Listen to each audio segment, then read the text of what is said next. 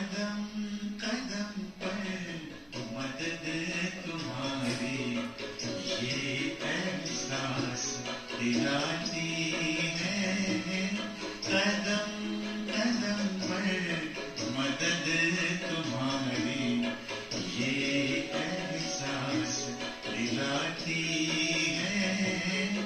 सोचो तुमको कौन मिला है, सोचो तुमको कौन मिला है, कौन तुम्हारा साथी है। कदम कदम पर मदद तुम्हारी ये एहसास दिलाती है।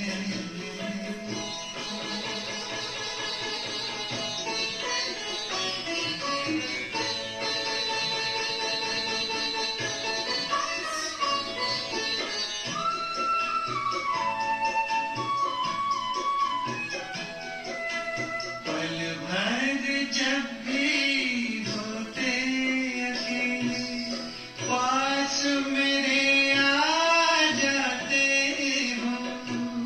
पल भर जब भी होते अकेले पास मेरे आ जाते हो। धीमे धीमे गानों में अनहद नाद सुनाते हो। एक किरण अनदेखी आती, एक किरण अनदेखी आती, राह दिखाकर जाती है। भरते हुए ना किसी ने देखा, पर छोड़े भर जाती है। कदम कदम पर मदद तुम्हारी ये एहसास दिलाती है।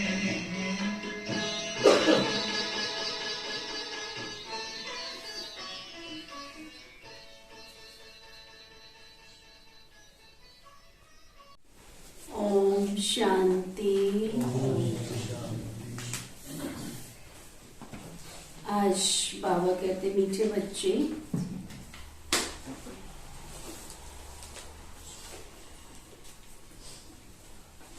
तुम्हें गृहस्थ व्यवहार में रहते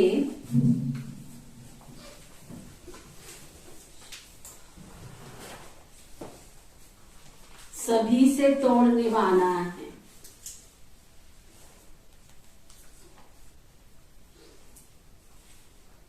गृहस्थ व्यवहार में रहते सभी से तोड़ निभाना है।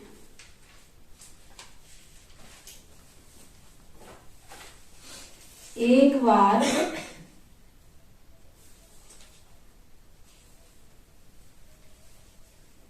बेहद का संन्यास कर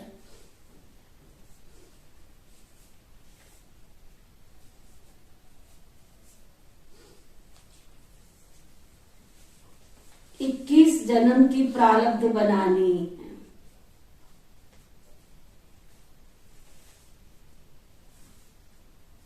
संन्यास केवल एक बार करना है और प्रारब्ध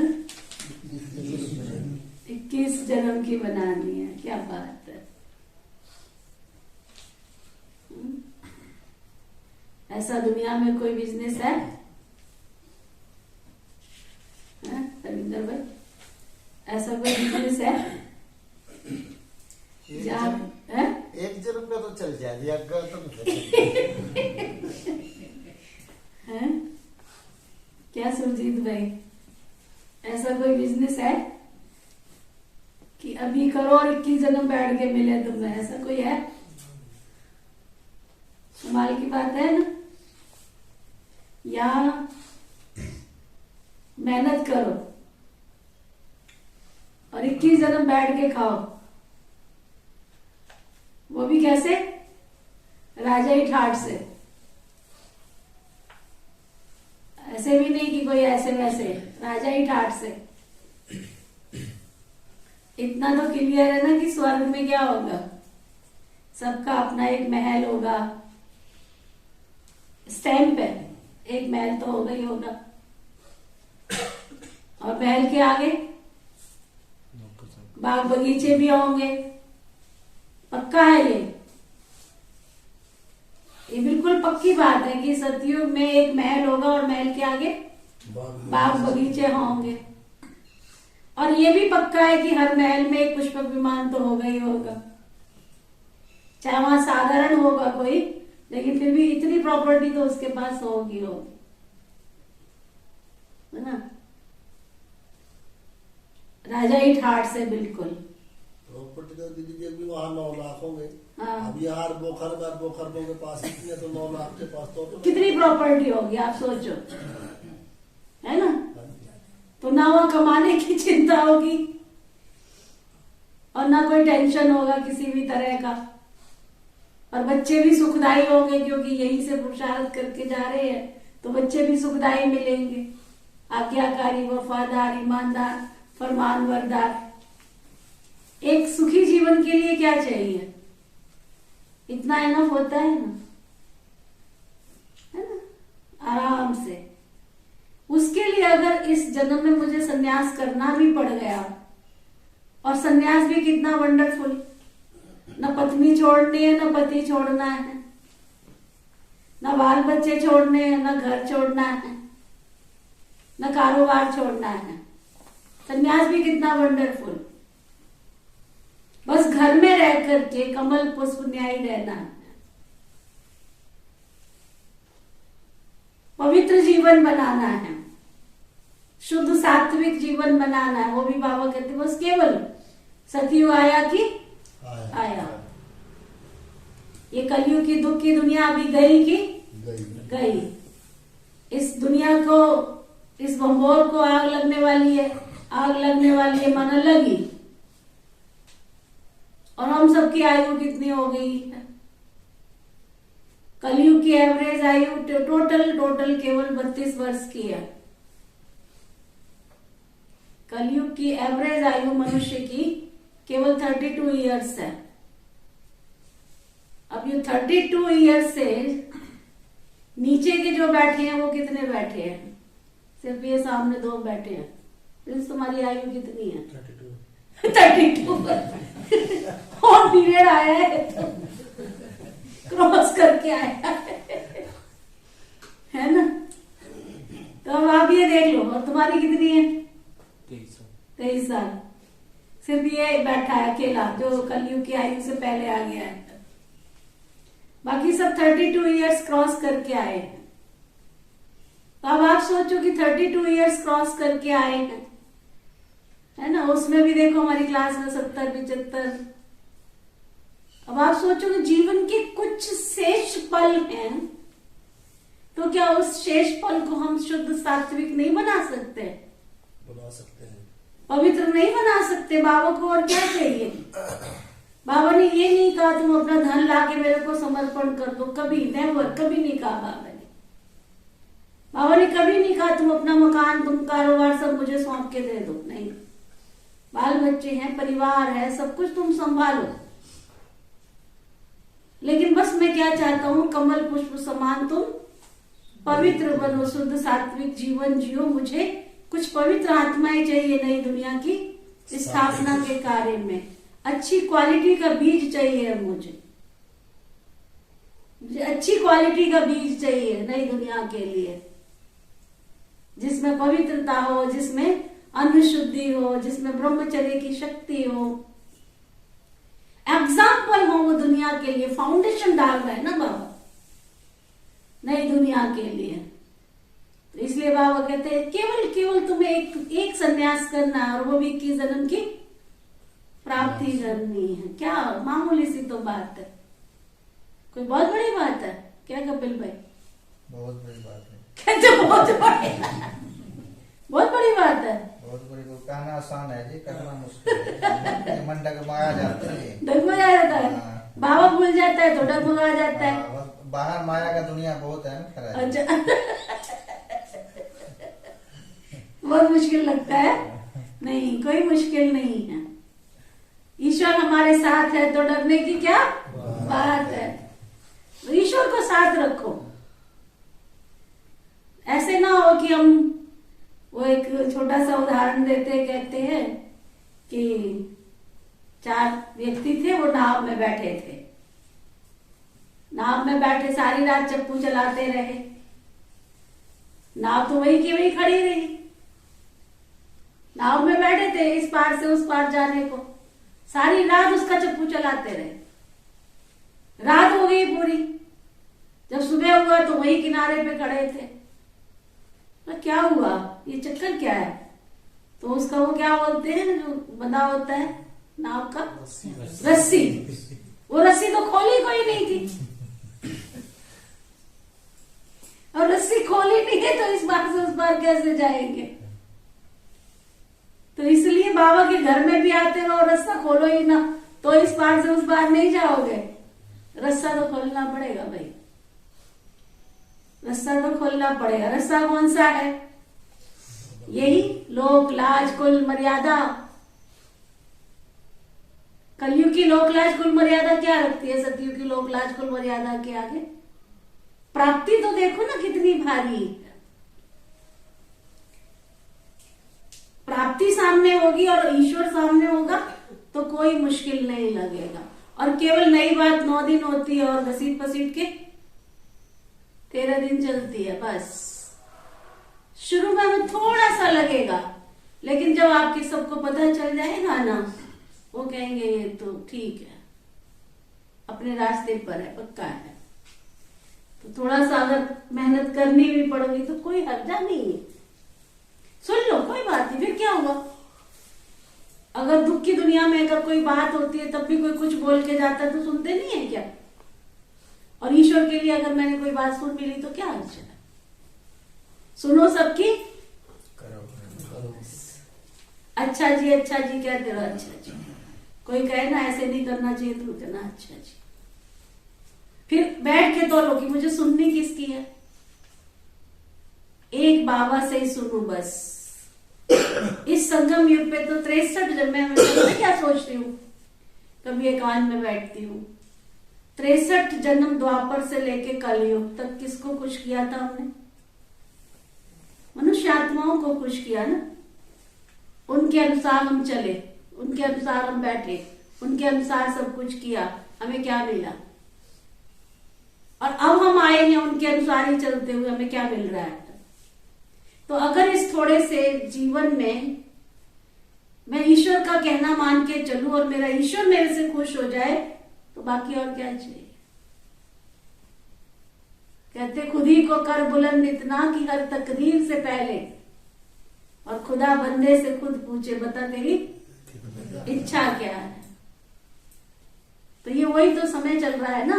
ईश्वर आके हमको पूछे बता बच्चे तेरे को क्या चाहिए। 63 जन्म तो हम ईश्वर से मांगते आए थे, ईश्वर ये दे दो, ये दे दो, ये दे दो। अब भगवान खुद हमको कहे कि बोल बच्चे मैं तेरे से बहुत खुश हूं, तेरी क्या इच्छा है?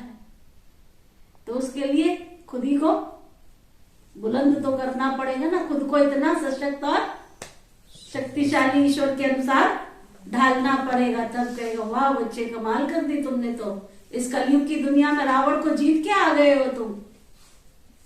अच्छा एक बात बताओ, राज्याभिषेक किसका होता है? तिलक किसको लगता है?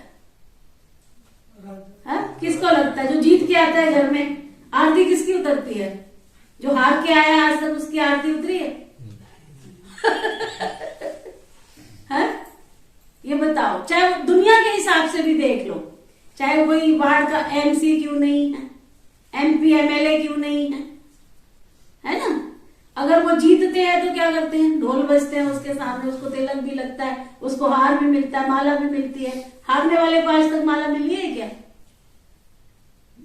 हा? तो आप सोचो ना कि हमें सतयुग के हार मिलने वाले हैं। हमें बाबा की बाहों का गले का हार बनना है, तो बाबा को खुश करेंगे तभी तो बाबा अपने बाहों में समा के रखेगा। तो इस समय संगम युग पर हमारा एक ही लक्ष्य हो कि मेरा ईश्वर मेरे से मेरा ईश्वर मेरे से खुश रहे, बाकी दुनिया का मुझे किसी से कुछ लेना नहीं है। मेरा बाबा मेरे से खुश होना चाहिए, मेरा पिता मेरे से खुश होना चाहिए, मेरा भगवान मेरे से खुश होना चाहिए, मेरा प्रभु मेरे से खुश होना चाहिए। क्योंकि 84 जन्म का आधार है ये जन्म। इस जन्म में मैंने ईश्वर को खुश किया है ना, तो 84 जन्म बैठ के आराम से, कहने को 21 जन्म आता है, परंतु लास्ट जन्म तक वो हमारे साथ है। अभी भी आप देखो, कोई ऐसा है जिसको कोई कमी है, जो रोज भूखा सोता हो, ऐसा कोई है हमारी क्लास में? है ऐसा कोई? बाबा का बच्चा बनते ही बाबा उसको इतना माला माल कर देता है। तो क्या चाहिए? क्या चाहिए प्रिंस? चाहिए कुछ? चाहिए साहिब? यही महल चाहिए सोने का? हाँ, नहीं चाहिए। कौन संभालेगा? संभाल कौन करेगा उसकी? छोटा मुझसे नहीं चाहिए, यहाँ नहीं चाहिए। कलयुग की दुनिया में कुछ नहीं चाहिए। यहाँ तो केवल क्या चाहिए?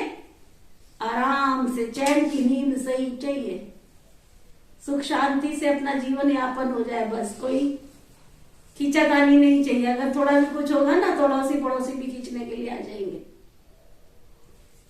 किसी की नजर मेरे ऊपर ना जाए, बस।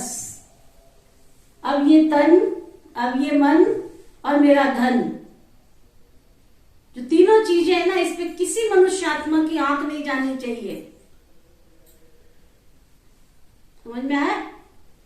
ये तन, किसी की दृष्टि वृत्ति मेरे ऊपर पड़नी नहीं चाहिए। रावण के राज्य में किसी की बुरी वृत्ति मेरे ऊपर ना पड़ जाए। ये मन भी ईश्वर का है, इस मन में मैंने कबाड़ नहीं भरना है, तेरा मेरा नहीं भरना। और धन, इस पे भी किसी की बुरी दृष्टि ना जाए। इसके पास इतना है, मेरे को मिल जाए, इसके पास इतना है, मेरे को मिल जाए। खींचातानी वाला सवाल ही नहीं। क्या जरूरत है? कम खाओ, गम खाओ और सुख शांति से जीवन जियो, बस। इस कलयुग में तो इतना ही सार है। इसलिए प्यार से माता गीत गाती है, प्रेम ही संसार है, प्रेम ही हमारा भगवान है, प्रेम ही जीवन का सार है। ओम शांति। आज बाबा कहते, मीठे बच्चे,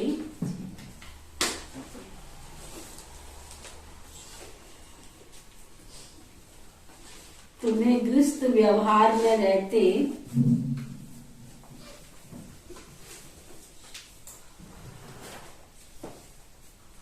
सभी से तोड़ निभाना है।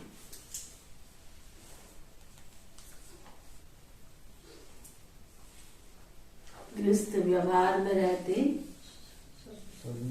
सभी से तोड़ निभाना है।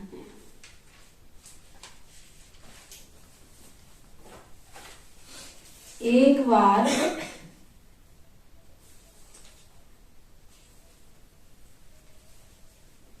बेहद का संन्यास कर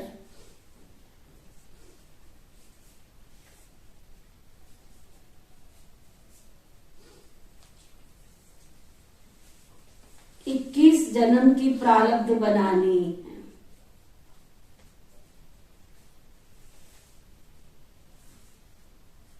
संन्यास केवल एक बार करना है और प्रारब्ध 21 जन्म की बनानी है। क्या बात है! ऐसा दुनिया में कोई बिजनेस है? रविंदर भाई, ऐसा कोई बिजनेस है? एक जन्म का तो चल जाएगी, अगर तो क्या सुरजीत भाई, ऐसा कोई बिजनेस है कि अभी करो और 21 जन्म बैठ के मिले तुम्हें? ऐसा कोई है? कमाल की बात है ना। या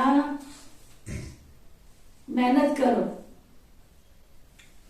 और 21 जन्म बैठ के खाओ, वो भी कैसे? राजा ही ठाट से।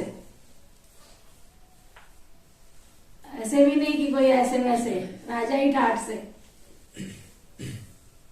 इतना तो क्लियर है ना कि स्वर्ग में क्या होगा? सबका अपना एक महल होगा, स्टैंप है, एक महल तो होगा ही होगा। और महल के आगे बाग बगीचे भी होंगे, पक्का है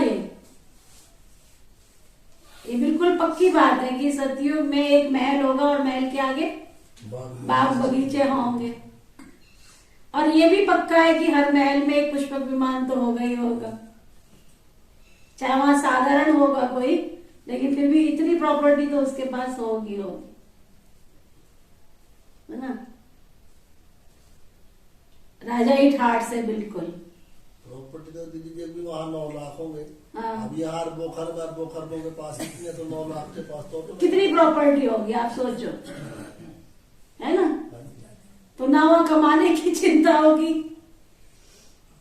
और ना कोई टेंशन होगा किसी भी तरह का, और बच्चे भी सुखदायी होंगे क्योंकि यहीं से पुरुषार्थ करके जा रहे हैं, तो बच्चे भी सुखदायी मिलेंगे, आज्ञाकारी, वफादार, ईमानदार, फरमानबरदार। एक सुखी जीवन के लिए क्या चाहिए, इतना इनफ होता है ना, आराम से। उसके लिए अगर इस जन्म में मुझे सन्यास करना भी पड़ गया, और सन्यास भी कितना वंडरफुल, न पत्नी छोड़नी है, न पति छोड़ना है, न बाल बच्चे छोड़ने हैं, न घर छोड़ना है, न कारोबार छोड़ना है। सन्यास भी कितना वंडरफुल, बस घर में रह करके कमल पुष्प न्याय रहना है, पवित्र जीवन बनाना है, शुद्ध सात्विक जीवन बनाना है। वो भी बाबा कहते बस केवल सतयुग आया कि आया। ये कलयुग की दुख की दुनिया अभी गई कि गई। इस दुनिया को, इस भंबोर को आग लगने वाली है, आग लगने वाली है माना लगी। और हम सबकी आयु कितनी हो गई है, कलयुग की एवरेज आयु टोटल केवल 32 वर्ष की है। कलयुग की एवरेज आयु मनुष्य की केवल 32 इयर्स है। अब ये 32 इयर्स से नीचे के जो बैठे हैं वो कितने बैठे हैं, सिर्फ ये सामने 2 बैठे हैं, फिर तुम्हारी आयु कितनी है 32 और पीरियड आया है तो क्रॉस करके आया है ना। तो अब आप ये देख लो, और तुम्हारी कितनी है 23 साल। सिर्फ ये बैठा है अकेला जो कलयुग की आयु से पहले आ गया है, बाकी सब 32 इयर्स क्रॉस करके आए हैं। तो अब आप सोचो कि 32 इयर्स क्रॉस करके आए हैं, है ना। उसमें भी देखो हमारी क्लास में 70-75। अब आप सोचो कि जीवन के कुछ शेष पल हैं, तो क्या उस शेष पल को हम शुद्ध सात्विक नहीं बना सकते, बना सकते हैं, पवित्र नहीं बना सकते। बाबा को और क्या चाहिए। बाबा ने ये नहीं कहा तुम अपना धन लाके मेरे को समर्पण कर दो, कभी नेवर, कभी नहीं कहा बाबा ने। बाबा ने कभी नहीं कहा तुम अपना मकान, तुम कारोबार सब मुझे सौंप के दे दो, नहीं। बाल बच्चे हैं, परिवार है, सब कुछ तुम संभालो, लेकिन बस मैं क्या चाहता हूं, कमल पुष्प समान तुम पवित्र बनो, शुद्ध सात्विक जीवन जियो। मुझे कुछ पवित्र आत्माएं चाहिए नई दुनिया की स्थापना के कार्य में, अच्छी क्वालिटी का बीज चाहिए मुझे अच्छी क्वालिटी का बीज चाहिए नई दुनिया के लिए, जिसमें पवित्रता हो, जिसमें अन्न शुद्धि हो, जिसमें ब्रह्मचर्य की शक्ति हो, एग्जाम्पल हो वो दुनिया के लिए। फाउंडेशन डाल रहा है ना बाबा नई दुनिया के लिए। तो इसलिए बाबा कहते हैं केवल तुम्हें एक संन्यास करना है, और वो भी 21 जन्म की प्राप्ति करनी है। क्या मामूली सी तो बात है, कोई बहुत बड़ी बात है क्या कपिल भाई? बहुत बड़ी बात है। कहते बहुत बड़ी बहुत बड़ी बात है। बहुत बड़ी को कहना आसान है जी, करना मुश्किल है। मन डगमगा जाता है, डगमगा जाता है। हाँ। बाबा भूल जाता है तो डगमगा जाता है। हाँ, बाहर माया का दुनिया बहुत है ना, खरा। अच्छा बहुत मुश्किल लगता है? नहीं, कोई मुश्किल नहीं है। ईश्वर हमारे साथ है तो डरने की क्या बात है। ईश्वर को साथ रखो, हम वो एक छोटा सा उदाहरण देते, कहते हैं कि 4 व्यक्ति थे, वो नाव में बैठे थे। नाव में बैठे सारी रात चप्पू चलाते रहे, नाव तो वही की वही खड़ी रही। नाव में बैठे थे इस पार से उस पार जाने को, सारी रात उसका चप्पू चलाते रहे। रात हो गई पूरी, जब सुबह हुआ तो वही किनारे पे खड़े थे। तो क्या हुआ, ये चक्कर क्या है? तो उसका वो क्या बोलते हैं जो बंधा होता है नाव का, रस्सी। वो रस्सी तो खोली कोई नहीं थी,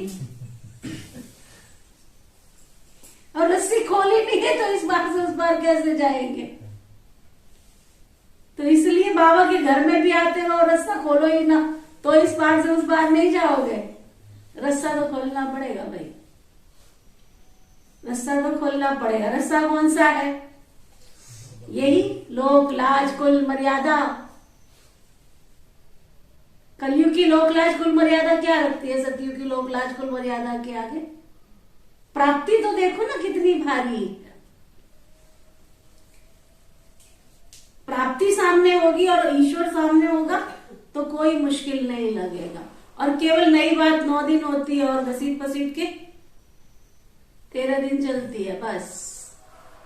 शुरू में हमें थोड़ा सा लगेगा, लेकिन जब आपके सबको पता चल जाएगा ना, वो कहेंगे ये तो ठीक है, अपने रास्ते पर है, पक्का है। तो थोड़ा सा अगर मेहनत करनी भी पड़ेगी तो कोई हर्जा नहीं है, सुन लो, कोई बात नहीं, फिर क्या हुआ? अगर दुख की दुनिया में अगर कोई बात होती है तब भी कोई कुछ बोल के जाता है तो सुनते नहीं है क्या? और ईश्वर के लिए अगर मैंने कोई बात सुन मिली तो क्या अच्छा है? सुनो सबकी, अच्छा जी कहते रहो, अच्छा जी। कोई कहे ना ऐसे नहीं करना चाहिए तो कहना अच्छा जी। फिर बैठ के तो लो कि मुझे सुननी किसकी है? एक बाबा से ही सुनू बस। इस संगम युग पे तो 63 जन्म में मैं क्या सोचती हूँ, कभी एकांत में बैठती हूँ। 63 जन्म द्वापर से लेके कलयुग तक किसको खुश किया था हमने? मनुष्य आत्माओं को खुश किया ना। उनके अनुसार हम चले, उनके अनुसार हम बैठे, उनके अनुसार सब कुछ किया, हमें क्या मिला? और अब हम आए हैं उनके अनुसार ही चलते हुए, हमें क्या मिल रहा है? तो अगर इस थोड़े से जीवन में मैं ईश्वर का कहना मान के चलूं और मेरा ईश्वर मेरे से खुश हो जाए तो बाकी और क्या चाहिए? कहते खुद ही को कर बुलंद इतना कि हर तकदीर से पहले, और खुदा बंदे से खुद पूछे बता तेरी इच्छा क्या है। तो ये वही तो समय चल रहा है ना, ईश्वर आके हमको पूछे बता बच्चे तेरे को क्या चाहिए। 63 जन्म तो हम ईश्वर से मांगते आए थे, ईश्वर ये दे दो, ये दे दो, ये दे दो। अब भगवान खुद हमको कहे कि बोल बच्चे मैं तेरे से बहुत खुश हूं, तेरी क्या इच्छा है? तो उसके लिए खुद ही को बुलंद तो करना पड़ेगा ना, खुद को इतना सशक्त और शक्तिशाली ईश्वर के अनुसार ढालना पड़ेगा। तब कहेगा वाह बच्चे कमाल कर दी तुमने, तो इस कलयुग की दुनिया में रावण को जीत के आ गए हो तुम। अच्छा एक बात बताओ, राज्य अभिषेक किसका होता है? तिलक किसको लगता है? किसको लगता है? जो जीत के आता है घर में। आरती किसकी उतरती है? जो हार के आया आज तक उसकी आरती उतरी है? ये बताओ, चाहे दुनिया के हिसाब से भी देख लो, चाहे कोई वार्ड का एमसी क्यों नहीं है, एमपी एमएलए क्यों नहीं है ना? अगर वो जीतते हैं तो क्या करते हैं? ढोल बजते हैं उसके सामने, उसको तिलक भी लगता है, उसको हार भी मिलता है, माला भी मिलती है। हारने वाले को आज तक माला मिली है क्या? तो आप सोचो ना कि हमें सतयुग के हार मिलने वाले हैं, हमें बाबा की बाहों का गले का हार बनना है। तो बाबा को खुश करेंगे तभी तो बाबा अपने बाहों में समा के रखेगा। तो इस समय संगम युग पर हमारा एक ही लक्ष्य हो कि मेरा ईश्वर मेरे से खुश रहे, मेरा ईश्वर मेरे से खुश रहे। बाकी दुनिया का मुझे किसी से कुछ लेना नहीं है। मेरा बाबा मेरे से खुश होना चाहिए, मेरा पिता मेरे से खुश होना चाहिए, मेरा भगवान मेरे से खुश होना चाहिए, मेरा प्रभु मेरे से खुश होना चाहिए। क्योंकि 84 जन्म का आधार है ये जन्म। इस जन्म में मैंने ईश्वर को खुश किया है ना, तो 84 जन्म बैठ के आराम से, कहने को 21 जन्म आता है, परंतु लास्ट जन्म तक वो हमारे साथ है। अभी भी आप देखो, कोई ऐसा है जिसको कोई कमी है, जो रोज भूखा सोता हो, ऐसा कोई है हमारी क्लास में? है ऐसा कोई? बाबा का बच्चा बनते ही बाबा उसको इतना माला माल कर देता है। तो क्या चाहिए? क्या चाहिए प्रिंस? चाहिए कुछ? चाहिए साहिब? यही महल चाहिए सोने का? हाँ, नहीं चाहिए। कौन संभालेगा? संभाल कौन करेगा उसकी? चोर डाकुओं से नहीं चाहिए, यहाँ नहीं चाहिए। कलयुग की दुनिया में कुछ नहीं चाहिए। यहाँ तो केवल क्या चाहिए? आराम से चैन की नींद सही चाहिए, सुख शांति से अपना जीवन यापन हो जाए, बस। कोई खींचातानी नहीं चाहिए। अगर थोड़ा भी कुछ होगा ना, थोड़ा पड़ोसी भी खींचने के लिए आ जाएंगे। किसी की नजर मेरे ऊपर ना जाए, बस। अब ये तन, अब ये मन और मेरा धन, जो तीनों चीजें है ना, इस पे किसी मनुष्य आत्मा की आंख नहीं जानी चाहिए। समझ में आया? ये तन, किसी की दृष्टि वृत्ति मेरे ऊपर पड़नी नहीं चाहिए। रावण के राज्य में किसी की बुरी वृत्ति मेरे ऊपर ना पड़ जाए। ये मन भी ईश्वर का है, इस मन में मैंने कबाड़ नहीं भरना है, तेरा मेरा नहीं भरना। और धन, इस पे भी किसी की बुरी दृष्टि ना जाए। इसके पास इतना है, मेरे को मिल जाए, इसके पास इतना है, मेरे को मिल जाए। खींचातानी वाला सवाल ही नहीं। क्या जरूरत है? कम खाओ, गम खाओ और सुख शांति से जीवन जियो, बस। इस कलयुग में तो इतना ही सार है। इसलिए प्यार से माता ही गीत गाती है, प्रेम ही संसार है, प्रेम ही हमारा भगवान है, प्रेम ही जीवन का सार है। गीत ऐसा आ जाए, ऐसा ईश्वर से प्यार करो, ऐसा प्यार करो, देह भी याद ना आवे और देहधारी भी याद ना। नहीं चाहिए हमें संसार का कुछ भी नहीं चाहिए, नथिंग, कुछ नहीं चाहिए। इस संगम युग पे तो हमको क्या चाहिए? क्या चाहिए? बाबा चाहिए, बस, और कुछ नहीं चाहिए। और जहां बाबा है वहां बाबा का खजाना ऑटोमेटिक है। एक साधारण से माता पिता होते ना, झुग्गी झोपड़ी में रहने वाले, एक साधारण से माता पिता होते ना, झुग्गी झोपड़ी में रहने वाले, वो भी अपने बच्चे को भूखा सुलाते हैं। तो हम तो किसके बच्चे बने हैं? संसार की सर्वोच्च शक्ति के बच्चे बने हैं। बुद्धू तो वो है जो सारी दुनिया मान के चल रहा है। इस संसार में अभी सुद्धू तो वो है जो भगवान को मान के चलता है, भगवान मेरा, मुझे और कुछ नहीं चाहिए। हे ईश्वर, तू मेरे साथ रहना, बस। सारी दुनिया जाए कहा वो मैं नहीं बोलूंगी क्योंकि वो भी मेरे भाई बहन है। उनको भी मैंने स्वर्ग में लेके चलना है। सुना? तो शिव बाबा मेरे साथ रहे और मुझे कुछ भी नहीं चाहिए। ये तो प्रेम की बात है ऊदो, ये तो प्रेम की बात है ऊदो, बंदगी तेरे बस की नहीं है, बंदगी तेरे बस की नहीं है, ये तो प्रेम की बात है ऊदो। प्रेम वालों ने कब वक्त पूछा, तेरी पूछ में। ओके, ओम शांति। चलो आगे बाबा पूछ रहे हैं, सुनो, ध्यान से सुनो। प्रश्न, बाबा का प्रश्न। चलते फिरते कौन सी एक बात याद रहे,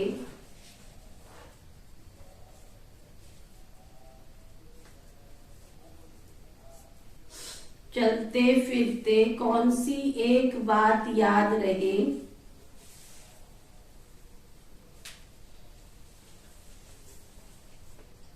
तो भी तुम याद की यात्रा पर हो।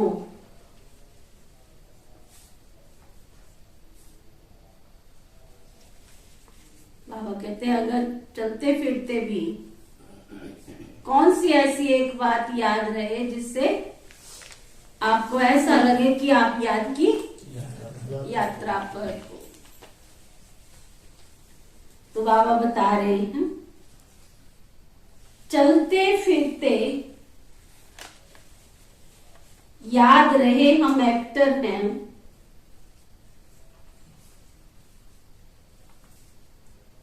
हमको अब वापस घर जाना है।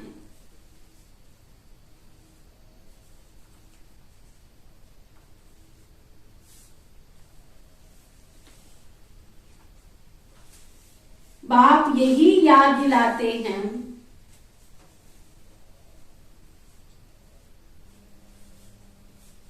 बच्चे मैं तुम्हें वापस ले जाने के लिए आया हूं।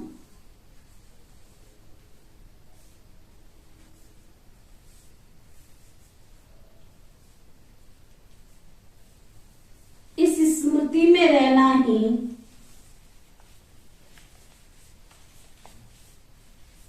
मन मनाभव मध्याजीवव है।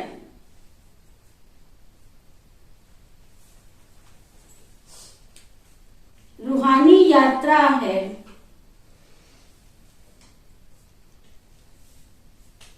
जो तुम्हें बाबा ही सिखलाते हैं।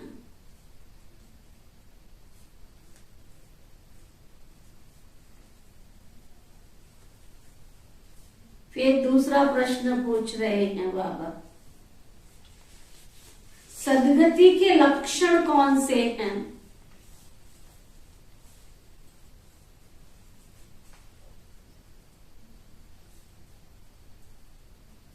आपकी सदगति हो रही है तो उसके लक्षण कौन से? तो बाबा बता रहे हैं सर्वगुण संपन्न 16 कला संपूर्ण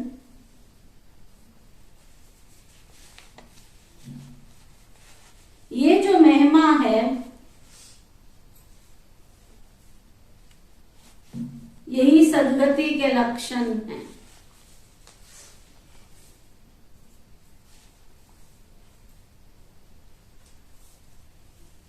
जो तुम्हें बाप के द्वारा प्राप्त होते हैं।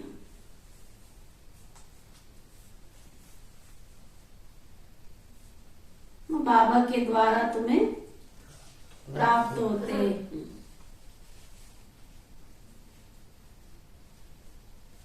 गीत है धीरज धर मनवा धीरज धर तेरे सुख के बड़े दिन आएंगे ना। रोज बाबा सुबह सुबह आकर के आत्मा में क्या करते हैं?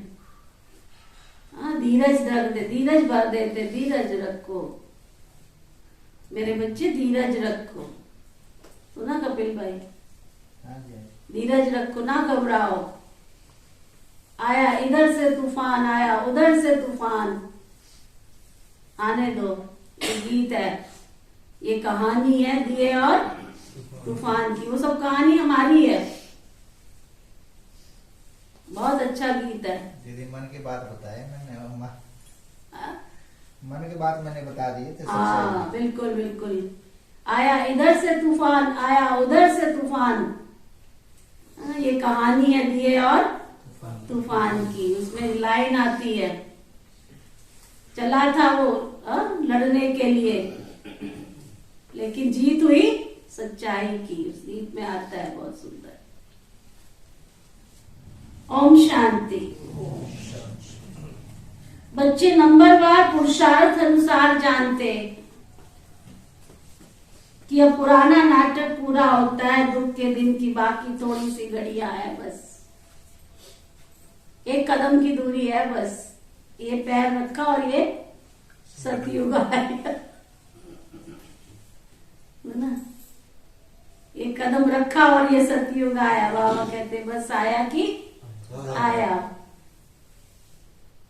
जब बरसात आने वाली होती है ना, आंधी आती है जोर से, बादल आते हैं, बिजली को क्या चमकना शुरू हो जाती है, इतनी गड़गड़ाहट शुरू होती है, फिर क्या होता है? बरसात आती है। और जब आती है उसके बाद बरस के जब चली जाती है तो उसके बाद बादल देखा करो कितना सुंदर कलर होता है उसका। रेनबो तो उसके बाद ही निकलता है, इंद्रधनुष तो उसके बाद ही दिखाई देता है, उससे पहले दिखाई नहीं देता है। और मौसम में भी तरावट उसके बाद आती है। तो इसलिए जीवन में हमारे तरावट आने वाली है, जीवन में 7 रंग खिलने वाले, रेनबो निकलने वाला है।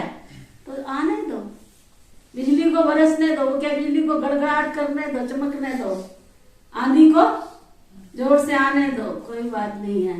लेकिन ऑलमोस्ट तो बाद में क्या है? ऑलमोस्ट तो क्या है? जिंदगी के 7 रंग खिलने वाले।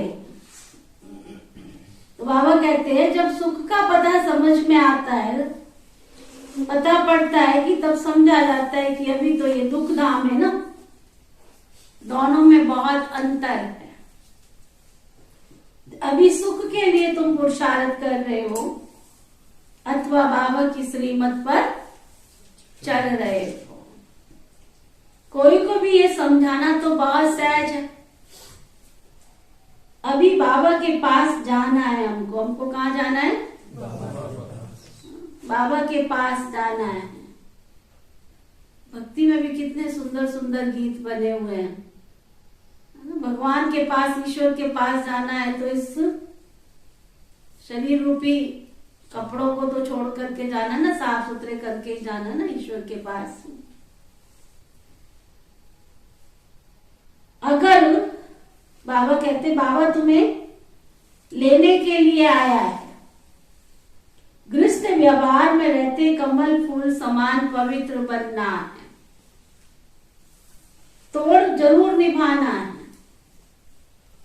फंसो नहीं उसमें, जकड़ो नहीं, मछली के तरह से जाल में नहीं फंसो। बेचारी मछलियां इतना सुंदर अपना लहराती रहती है, कैसे जाल बिछा लेते हैं लोग, उनको कैसे पकड़ लेते हैं।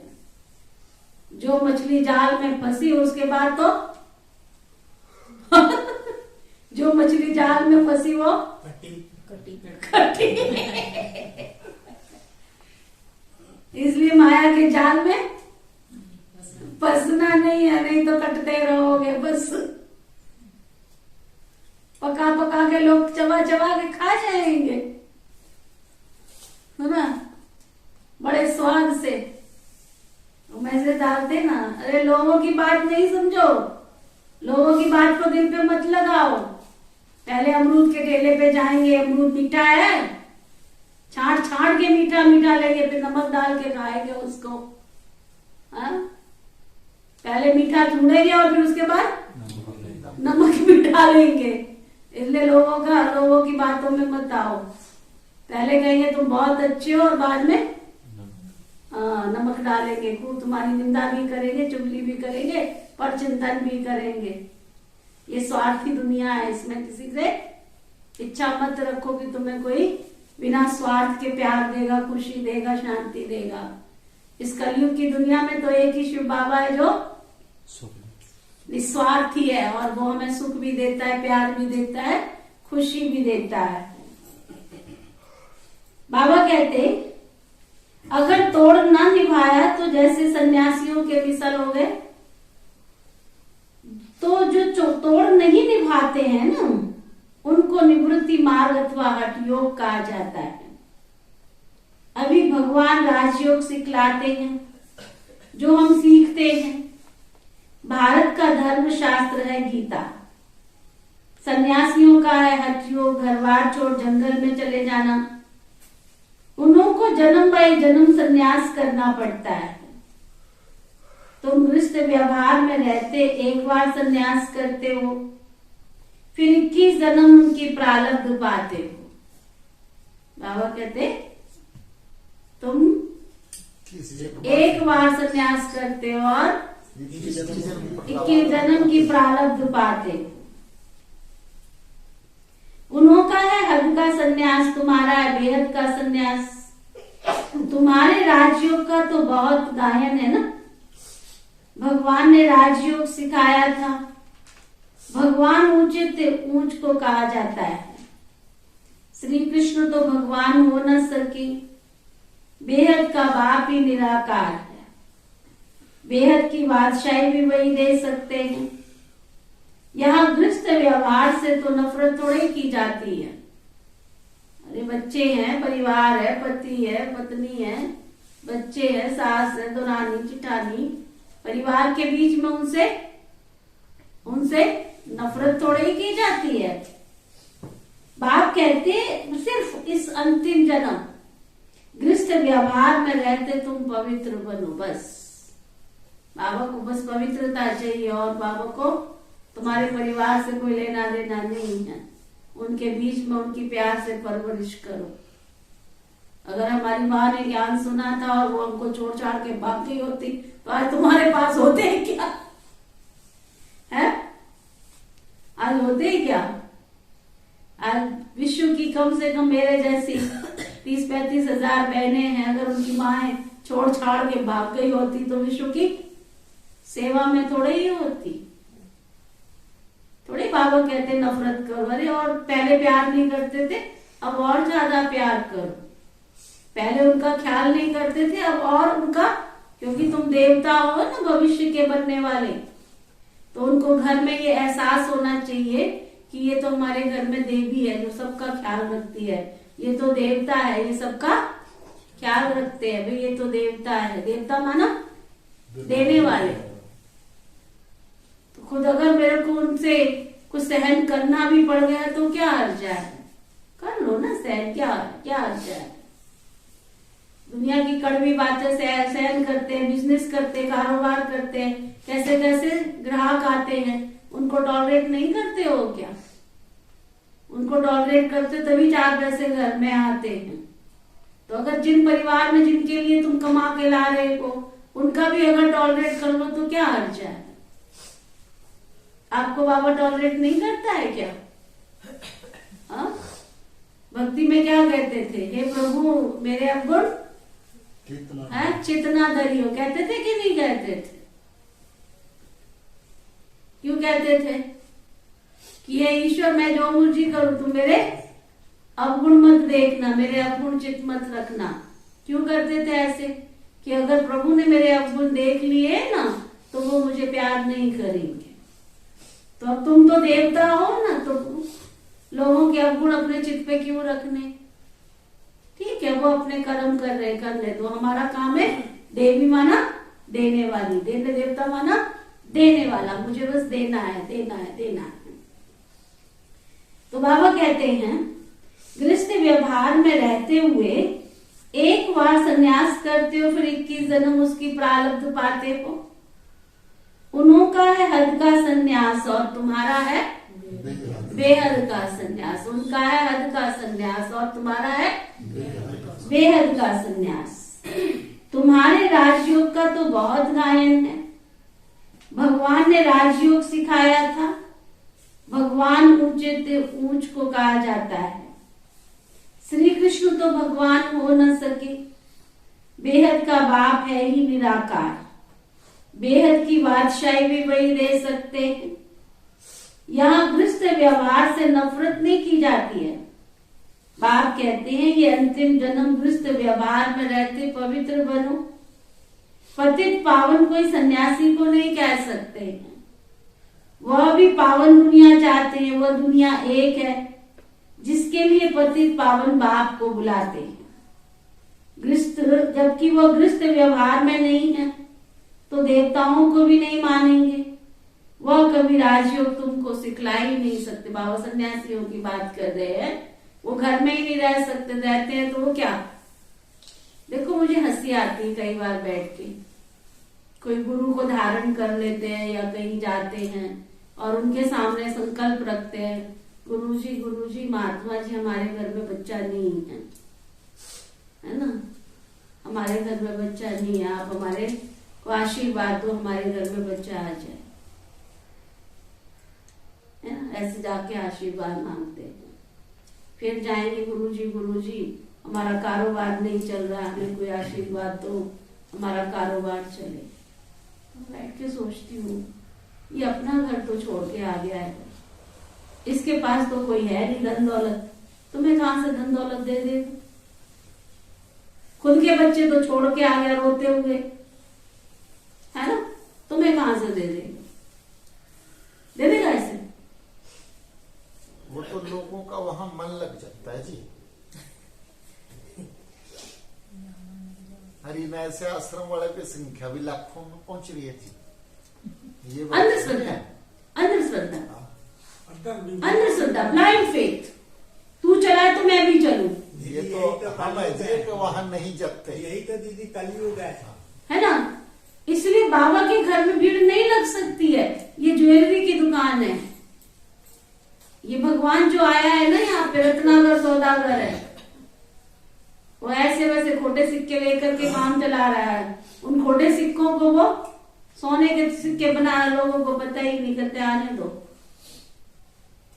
तो ना। यहाँ दुकान ये हीरे जवाहरात की दुकान है, सतयुग के रत्नों की दुकान है, उनको पता ही नहीं है। यहाँ जौहरी बैठा हुआ है, वो परख परख के ले रहा है, पहले 100 बार परखता है ये मेरे काम का है या नहीं है। काम का नहीं होता है ना, फिर निकाल के फेंक देता है, जा तू अपनी दुनिया में जा, ये इस आश्रम के काबिल नहीं है, फेंक देता है निकाल के, जा इस आश्रम के काबिल नहीं है तू। लोग कहते हैं वहां जाते तो बहुत है, टिकते तो नहीं है, ऐसे बोलते हैं लोग। वहां जाते तो बहुत है, टिकते क्यों नहीं है वहां पे, उनके पास तो मुट्ठी भर लोग हैं। अरे भाई सतयुग की दुनिया स्थापन हो रही है, भगवान है ना आया है, तराजू लेके तौल तौल के ले रहा है, वो छाड़ छाड़ के ले रहा है, छटनी कर कर के ले रहा है। 84 जन्म 5000 वर्ष तक उसको दुनिया चलानी है, तो वो ऐसे बच्चों को लेता है जो पूरी दुनिया उनके बलबूते पे चल सके। स्ट्रॉन्ग आत्माएं चाहिए बाबा को, शक्तिशाली आत्माएं चाहिए, साफ स्वच्छ ईमानदार वफादार फरमानबरदार आज्ञाकारी, ऐसी आत्माएं चाहिए। अब ढूंढ के लाओ कलयुग में से, कहां से मिलेंगी ऐसी आत्माएं, मिलेंगी? पग पग पे धोखा है, पग पग पे छल है, पग पग पे कपट है, ईर्ष्या है, द्वेष है। बाबा उन आत्माओं को लेके आता है कि चलो गंदगी में रह के इनको थोड़ा असर आ गया है, लेकिन मेरा संग करेंगे तो सुधर जाएंगे, शक्ति से सुधर जाएंगे। प्योर घी आजकल किसी को पचता नहीं ना।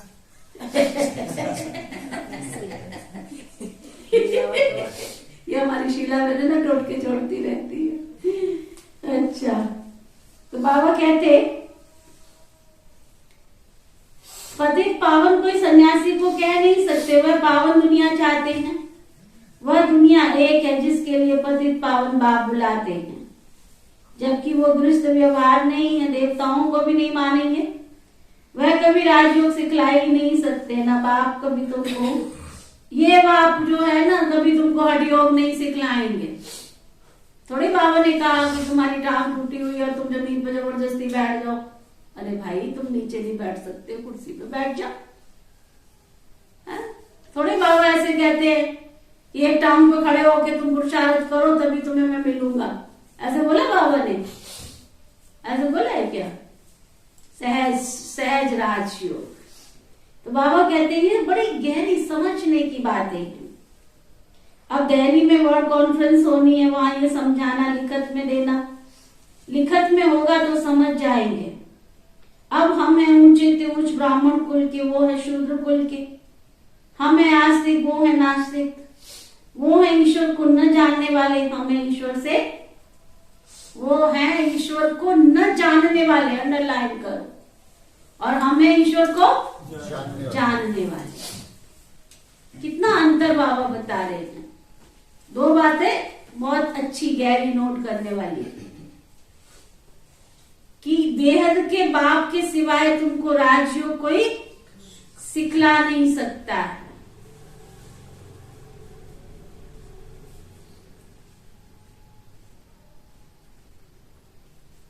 और हम हैं ईश्वर को जानने वाले, ईश्वर से योग रखने वाले। तो बाबा कहते मतभेद है ना, बाप ही आकर के हमको आस्तिक बनाते हैं। शिव बाबा ही आकर के हमको क्या करते हैं, आस्तिक बनाते, आस्तिक। बाप का बनने से बाप का वर्षा मिल जाता है, बाबा का बनते हैं तो बाबा का वर्षा मिल जाता है। देखो सोचो बैठ के कभी नशा चढ़े हमको, अरे अगर सारी दुनिया यहाँ पर इकट्ठी हो गई तो फिर मेरा हिस्सा सतयुग का कम हो जाएगा। तो बाबा को ऐसे बच्चे नहीं चढ़े चाहिए जो खींचातानी करे, सब मिलके हिल मिल के प्रेम प्यार से रहे, बाबा को वो बच्चे चाहिए। सुना, बाबा कहते हैं ये बड़ी पेचीली सी बात है, समझने की है, बड़ी गहराई में जाके समझने की है। पहले पहले तो बुद्धि में बिठाना है कि गीता का भगवान परम पिता परम आत्मा शिव है, उसने ही आदि सनातन देवी देवता धर्म स्थापन किया था। भारत का देवी देवता धर्म ही मुख्य है। भारतवासी अपने धर्म को भूल गए हैं, ये भी तुम बच्चे ही जानते हो, बस है ना, तुम बच्चे ही जानते हो, वह तो जानते नहीं है। भारतवासियों को ड्रामा अनुसार अपने धर्म को भूलना ही है, तभी तो बाप आकर के नई दुनिया स्थापन करे ना, नहीं तो बाप कैसे आवे। कहते हैं जब जब देवी देवता धर्म प्रायलोप हो जाता है तब मैं आता हूं। अब प्रायलोप तो जरूर होना ही है। कहते हैं बैल की एक टांग टूट गई है, बाकी 3 टांगों पर दुनिया खड़ी है। मुख्य 4 धर्म है, अभी देवी देवता धर्म की टांग टूट पड़ी है, अर्थात वो धर्म ही गुम हो गया है। इसलिए बढ़ के झाड़ का मिसाल देते हैं कि फाउंडेशन सड़ गया, बाकी टाल टालियां रह गई हैं। तो इनमें भी फाउंडेशन देवी देवता धर्म का नहीं है, बाकी मठ पंथ आदि बहुत खड़े हैं। तुम्हारी बुद्धि में अब सारी रोशनी है।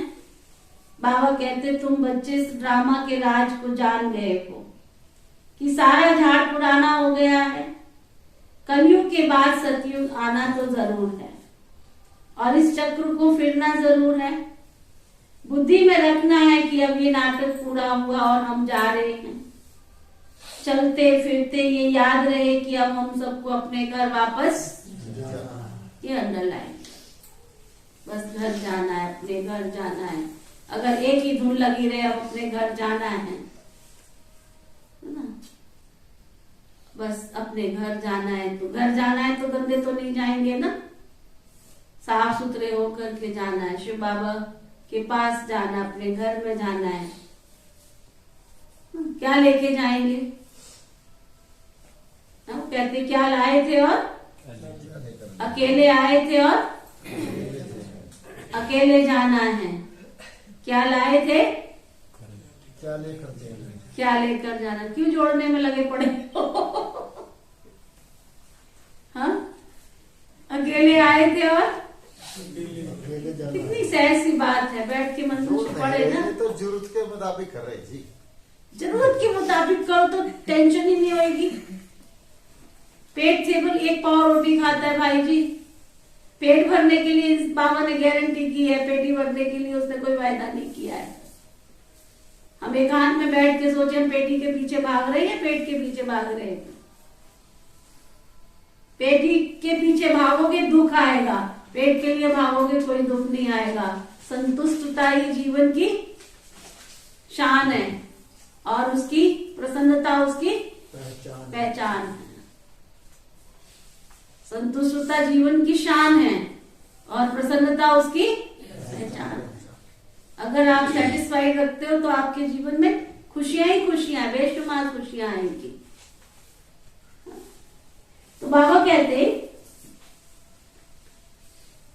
इस ड्रामा के राज को तुम अच्छी तरह से जानते हो, तुमको रोशनी मिली है।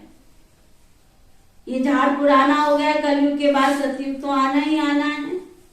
अब हम सबको अपने घर वापस जाना है, इसलिए मन बनावो मध्या जीव। बस मेरी आत्मा मन और बुद्धि टिक जाए, बस मुझे अपने घर वापस जाना है।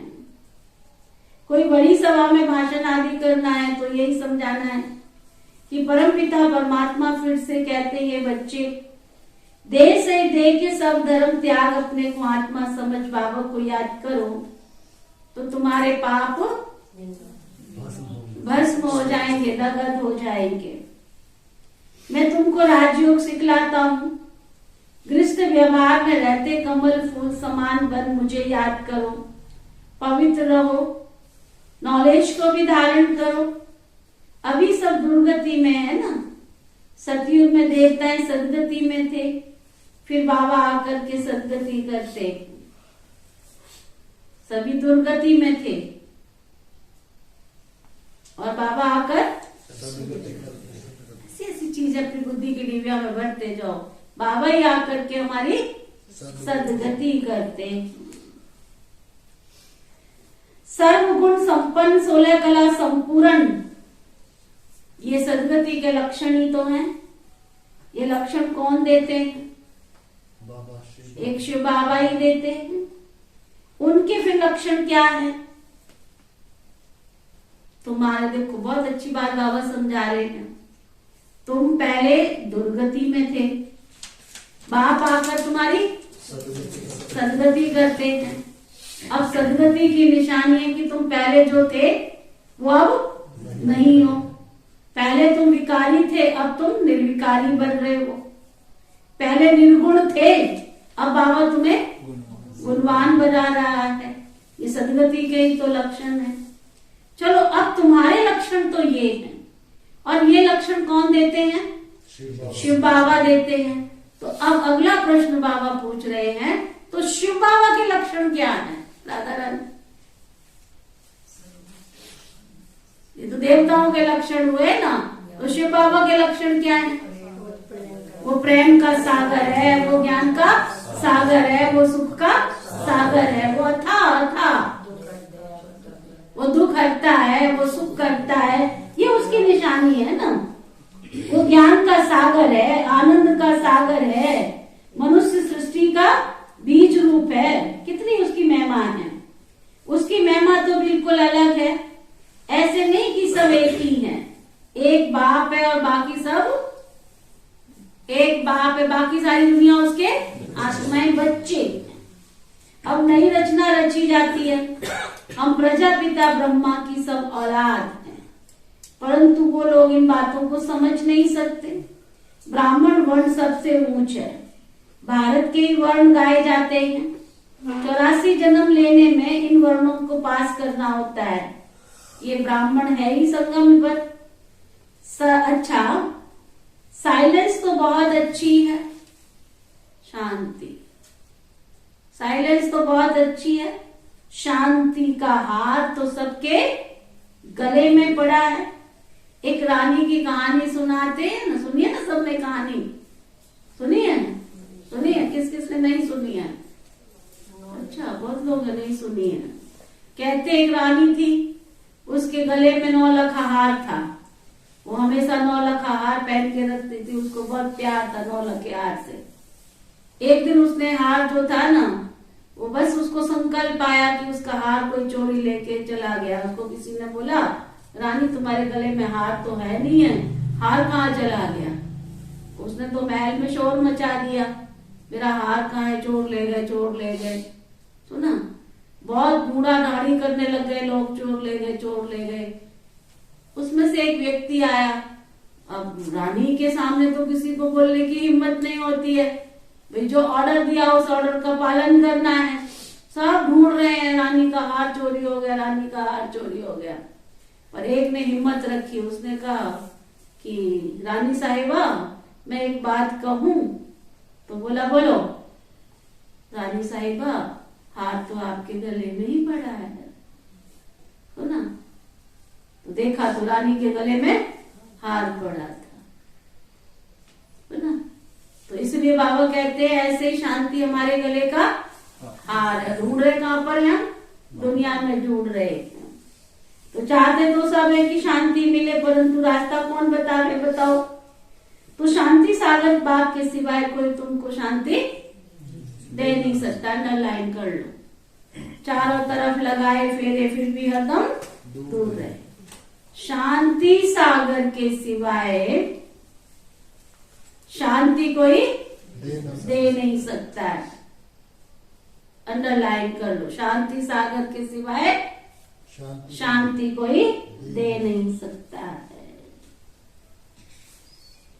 शांति, ये बाप की महिमा बहुत अच्छी है, सुना, बाबा की महिमा बहुत अच्छी है। वो क्या है? शांति का सागर है, आनंद का सागर है, मनुष्य सृष्टि का बीज रूप है। कितना रात और दिन का फर्क है।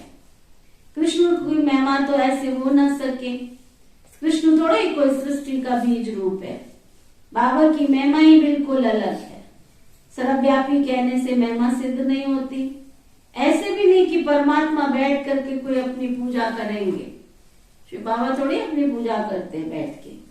परमात्मा तो सदैव ही अवर पूज्य है, वो कभी पुजारी नहीं बनता है। ऊपर से जो भी आत्माएं आती हैं वो पूज्य से फिर पुजारी बनती। पॉइंट तो बहुत है। अब देखो आते कितने ढेर हैं, है ना, बाबा के घर में कितने ढेर आते हैं, परंतु तो बहुत कम है?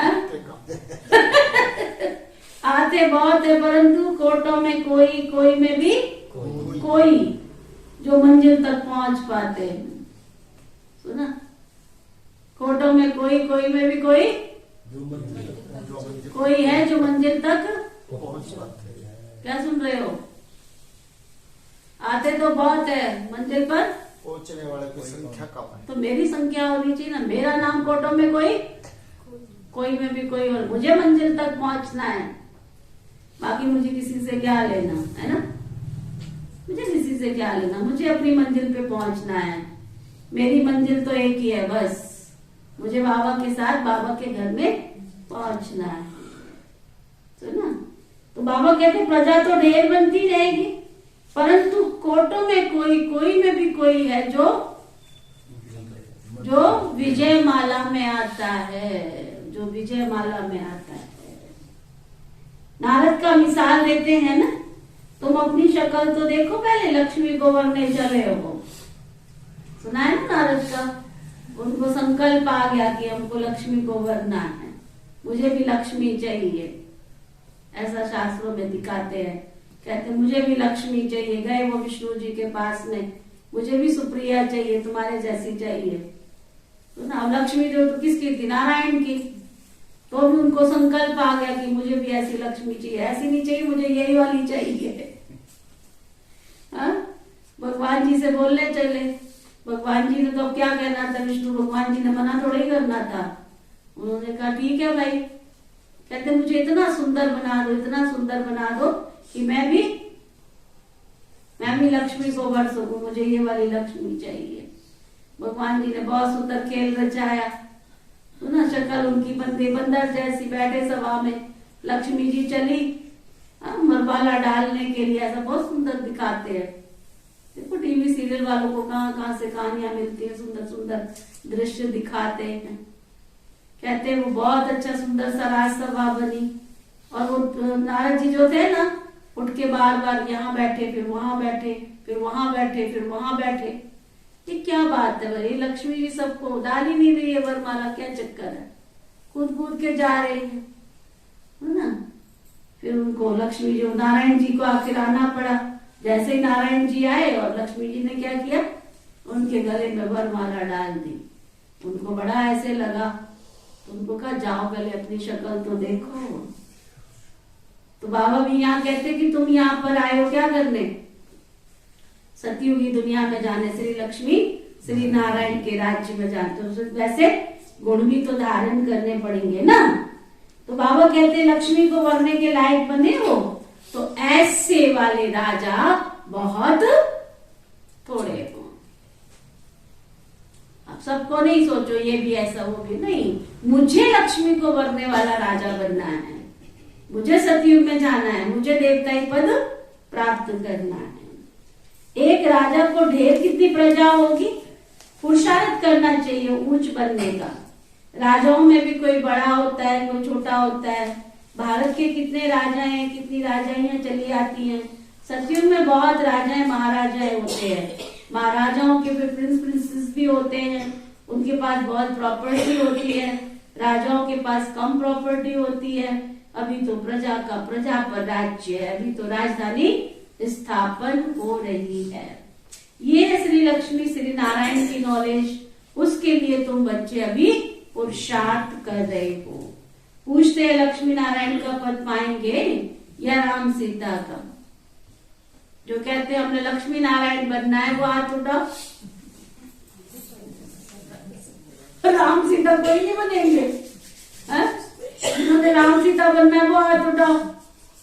वो कोई नहीं बनेंगे, सबने लक्ष्मी नारायण बनना है।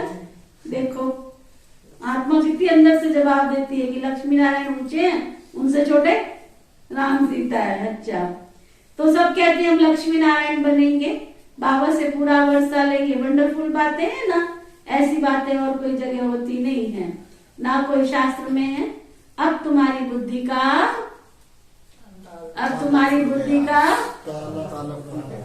खुल गया है, खुल गया है। बंद तो नहीं होगा, टीचर बटन वाला तो नहीं है, टच करो और बंद हो जाए, ऐसे वाला तो नहीं है, नंबर वाला तो नहीं है, नंबर ही भूल जाए फिर। बाबा कहते हैं अभी तुम्हारी बुद्धि का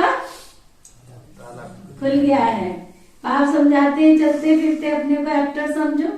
अब हम सबको वापस जाना है, ये सदा याद रहे। तो इसको कहते हैं मन मनाव मध्या जीव। बाप घड़ी घड़ी याद दिलाते बच्चे तुमको वापस ले जाने आया हूँ, ये है रूहानी यात्रा। ये बाप के सिवाय और कोई तुमसे करा न सके। भारत की महिमा भी करनी है। ये भारत होलीएस्ट लैंड है, सबके दुख हरता सुख करता, सबके सदगति दाता बाप का बर्थ प्लेस है। वही बाप आकर सबका लिबरेटर भी है। ये बड़े से बड़ा तीर्थ स्थान है। भारतवासी बस शिव के मंदिर में जाते हैं, परंतु बाबा को जानते नहीं हैं। गांधी को जानते हैं, समझते हैं बहुत अच्छा था, इसलिए उनके ऊपर जाकर के फूल चढ़ाते हैं, लाखों खर्चा करते हैं। इस समय तो है ही उनका राज्य, जो चाहे सो कर सकते हैं। ये तो बाप ही बैठ करके गुप्त धर्म की स्थापना करते हैं। भारत में पहले देवी देवताओं का राज्य था, दिखाते हैं ना, असुरों और देवताओं की लड़ाई लगी, परंतु ऐसी कोई बात होती नहीं है। यहाँ युद्ध के मैदान में माया पर जीत पाई जाती है। माया पर जीत तो जरूर सर्वशक्तिवान बाबा ही पहनाएंगे। ये अंडरलाइन कर, बाबा ही माया पर क्या, ये सर्वशक्तिमान बाबा ही माया पर जीत पहनाएंगे।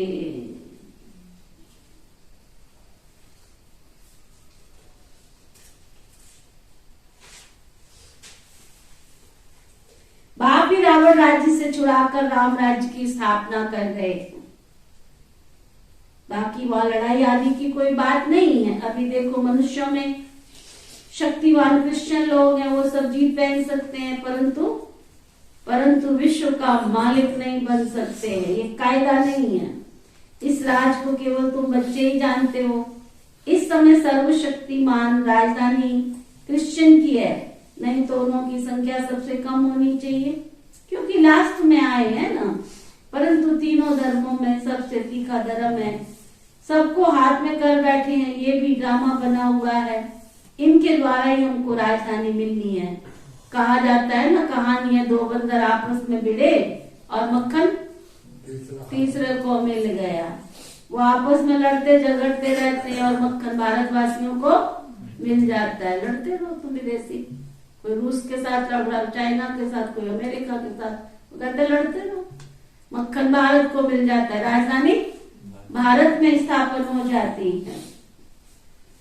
बाबा कहते कहानी तो पाई पैसे की, अर्थ देखो तो कितना बड़ा है। कहने में कहानी कितनी, वो कहानी नहीं सुनाते, दो बंदर आपस में भिड़ गए एक रोटी के लिए, है ना। वो कहता तेरे पास ज्यादा आ गई है, कहता अच्छा थोड़ा सी काट लेता हूँ इसमें से, तीसरा आया, दो बंदरों की कहानी सुनी है ना? बिल्लियों की हैं? है जी कहानी। बिल्लियों की है। अच्छा, बिल्लियों की समझ लो चाहे बंदरों की समझ लो। तीसरी बिल्ली आके बैठ गई, तुम क्यों लड़ रहे हो आपस में? कहते मेरी रोटी ये खा गया है, इसको तो कहते बराबर की बांटो। कहते अच्छा, वो कहता है इसका टुकड़ा ज्यादा है, ये थोड़ा सा कम लो। कहते इसका टुकड़ा ज्यादा है, कहते इसको। वो बिल्ली की सारी रोटी खा गई, है ना?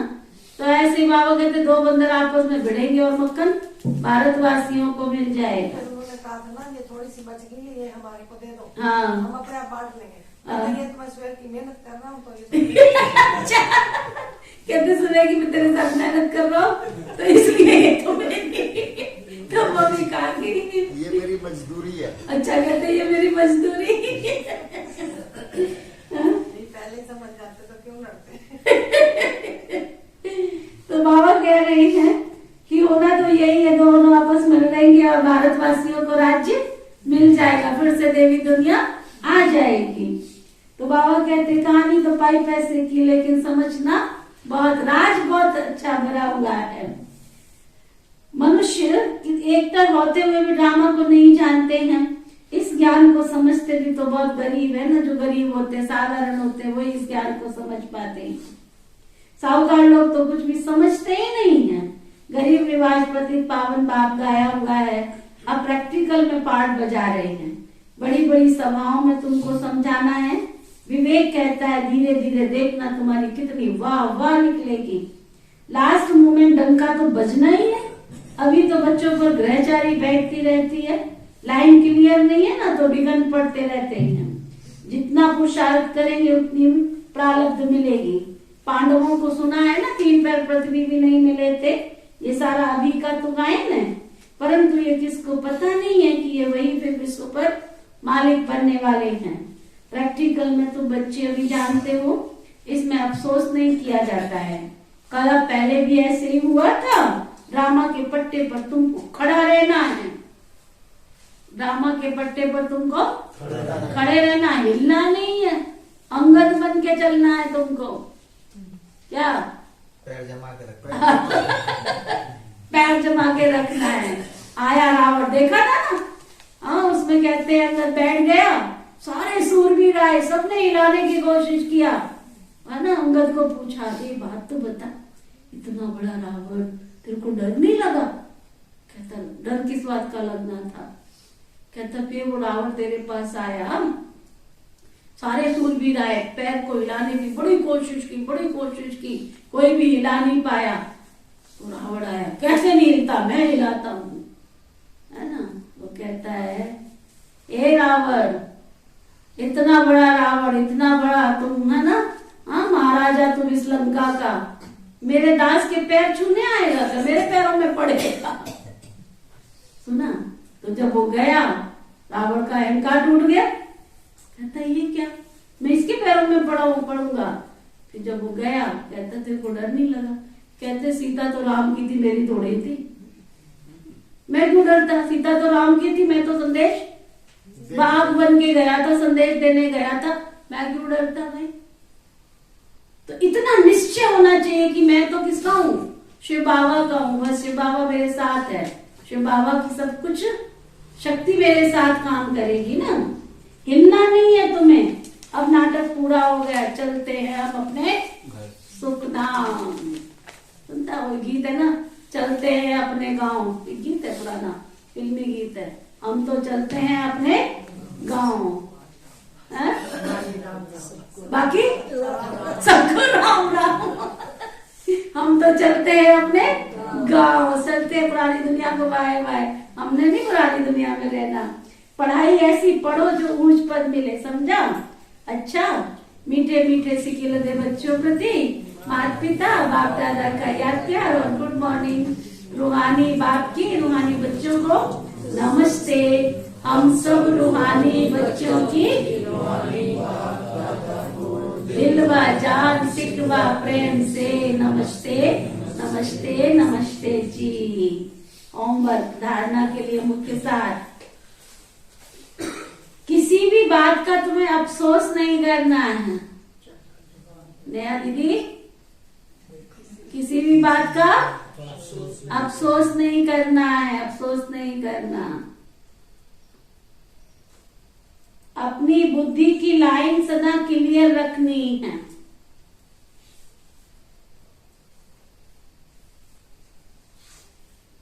अपनी बुद्धि की लाइन सदा क्लियर रखनी है। ग्रहचारी से अपनी संभाल करनी है।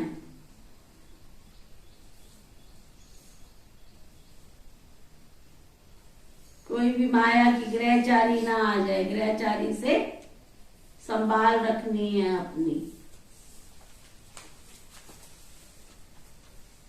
गृहस्थ व्यवहार से तोड़ निभाना है।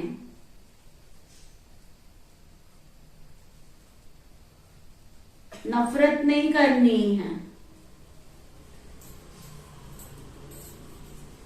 कमल फूल समान रहना है। आस्तिक बन सबको आस्तिक बनाना है। वरदान, सतगुरु प्यारे बाबा का वरदान, बड़ी दिल रख सेवा का प्रत्यक्ष फल निकालने वाले विश्व कल्याणकारी भव। बड़ी दिल रख सेवा का प्रत्यक्ष फल निकालने वाले विश्व कल्याणकारी भव। ना बड़ी दिल रखो, कोई भी दिल, फ्राक दिल रखो। छोटी दिल नहीं, फ्राक दिल से काम करो। फ्राक नहीं पहननी है, फ्राक दिल से काम करना है, बड़ी दिल से काम करना है।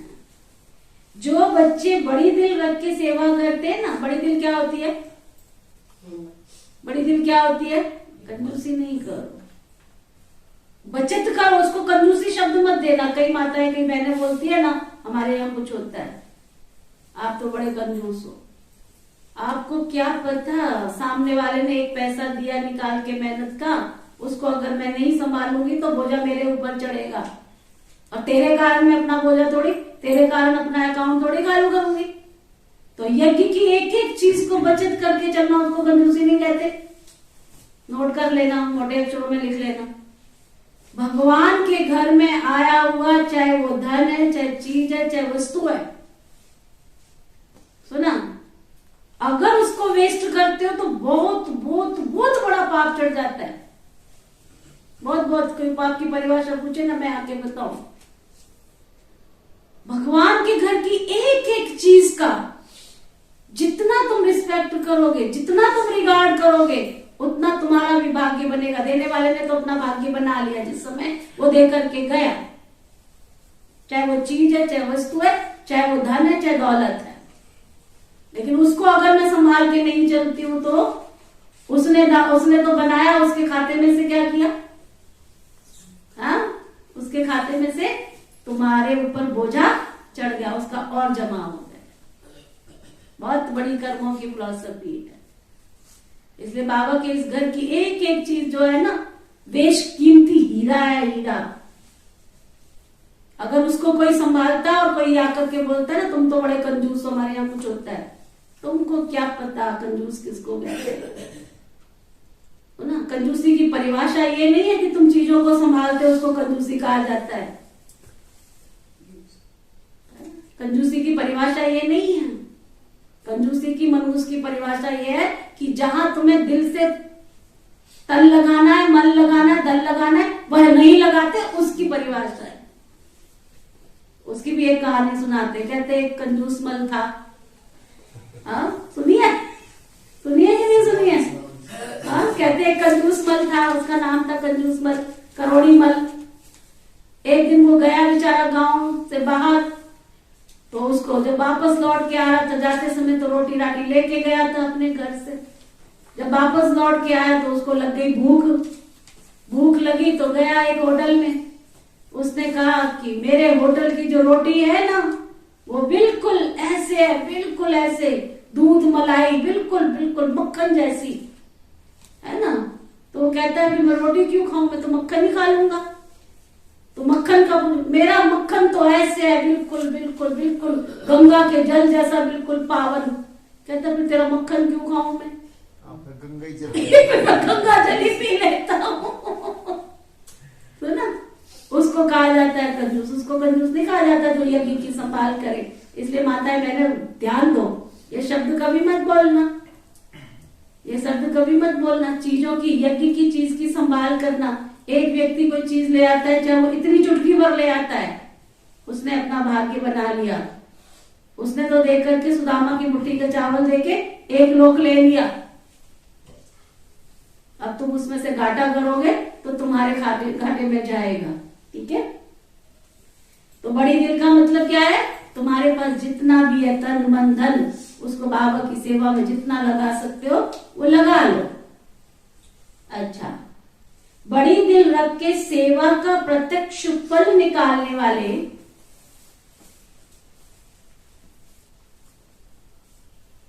विश्व कल्याणकारी भव।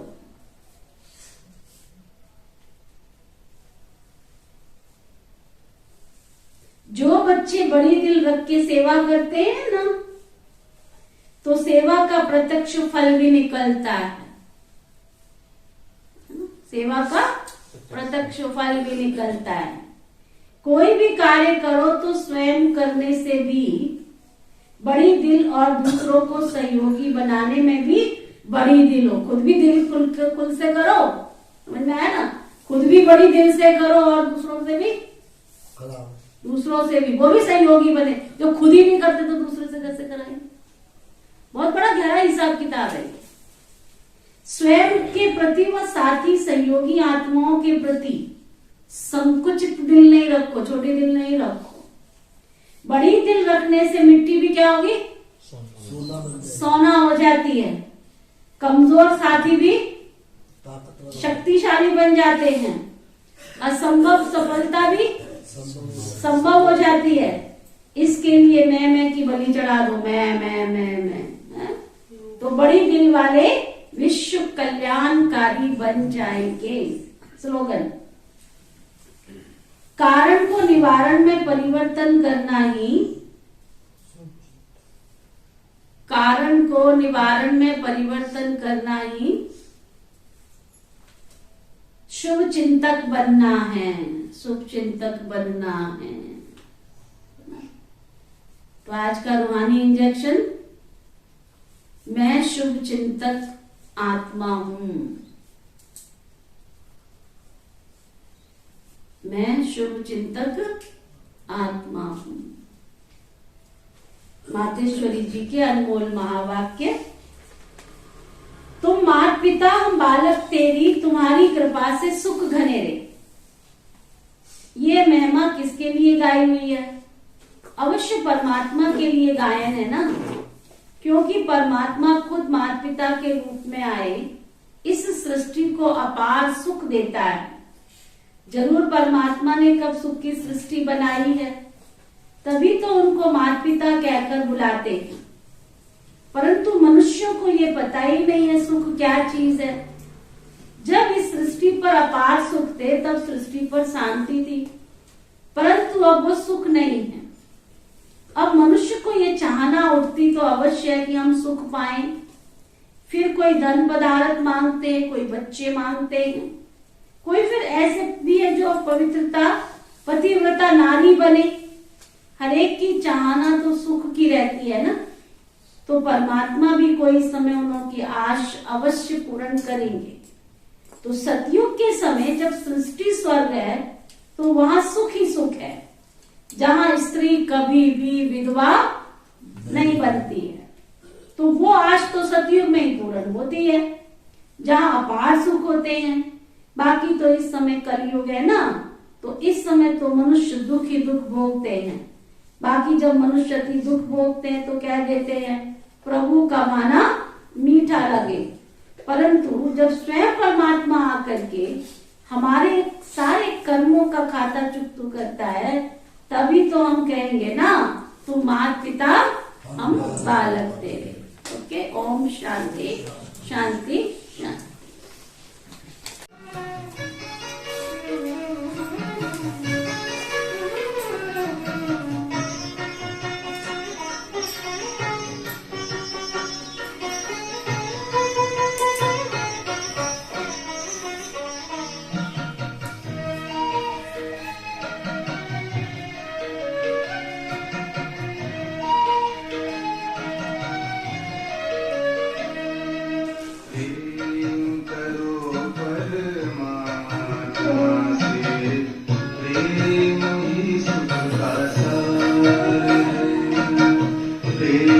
करो परमात्मा से, प्रेम ही सुख का सार है।